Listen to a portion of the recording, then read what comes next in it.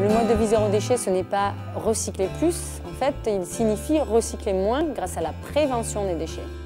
Bea Johnson a rencontré un succès mondial avec son livre Zéro déchet, dans lequel elle décrit comment elle et sa famille vivent sans produire de déchets depuis 2008. Il suffit de tout simplement suivre 5 règles dans l'ordre, donc de refuser le superflu, de réduire le nécessaire, de réutiliser en remplaçant tout ce qui est jetable par une alternative réutilisable et en achetant en occasion, ensuite en recyclant ce qu'on ne peut pas refuser, réduire ou réutiliser et enfin en compostant le reste. Ce mode de vie fait énormément d'économies. D'ailleurs, mon mari, lorsqu'on s'est lancé, il m'a dit « J'ai bien peur que cela nous coûte trop cher parce que je te vois aller faire tes courses en vrac au marché de producteurs, ce qui a la réputation de coûter plus cher. Tu vas au magasin bio, etc. » Et donc, je l'ai incité à comparer nos relevés de banque entre le mode de vie avant le zéro déchet et après. Et c'est là qu'il s'est aperçu qu'on faisait 40% d'économie. C'est dû au fait que, on consomme beaucoup moins qu'avant. Aujourd'hui, on est heureux juste avec le nombre d'affaires qu'on a, avec l'inventaire qu'on a, et on n'achète donc que pour remplacer ce qui a besoin d'être remplacé. Donc un t-shirt qui est trop petit, une chaussure qui est trouée, et lorsqu'on va acheter ce remplacement, on l'achète d'occasion, qui par définition coûte moins cher. Mais ensuite, on achète notre nourriture en vrac. Il faut savoir que lorsqu'on achète un produit qui est emballé, 15% du prix couvre le coût de l'emballage. Donc par définition, acheter en vrac fait d'emblée 15% d'économie.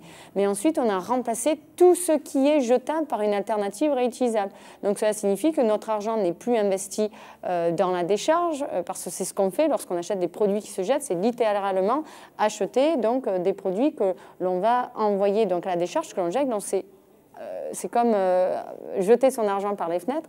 Donc nous, on a remplacé tout ça par des alternatives réutilisables. Donc ça nous a permis de faire des économies qui sont cumulables à long terme et qui nous ont d'ailleurs même permis d'installer le solaire sur le toit et donc de se payer des activités qu'on n'aurait jamais pu s'imaginer faire avant le zéro déchet.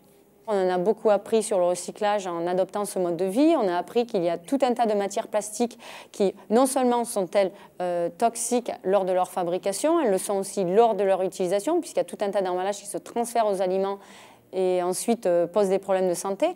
Mais ensuite, il y a très peu de plastique pour lesquels il y a des marchés de recyclage. Donc ça veut dire qu'il y a tout un tas de produits donc de plastique qui sont donc voués à la décharge.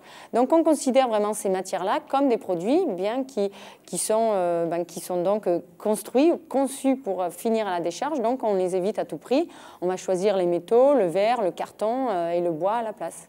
On a pu prouver donc que c'est applicable partout dans le monde, puisqu'on a pu inspirer des milliers de personnes partout à se lancer, que ce soit en Australie, en Belgique, en France, en Inde, au Brésil. D'ailleurs, on m'a invité au Brésil pour partager mon mode de vie comme le mode de vie du futur.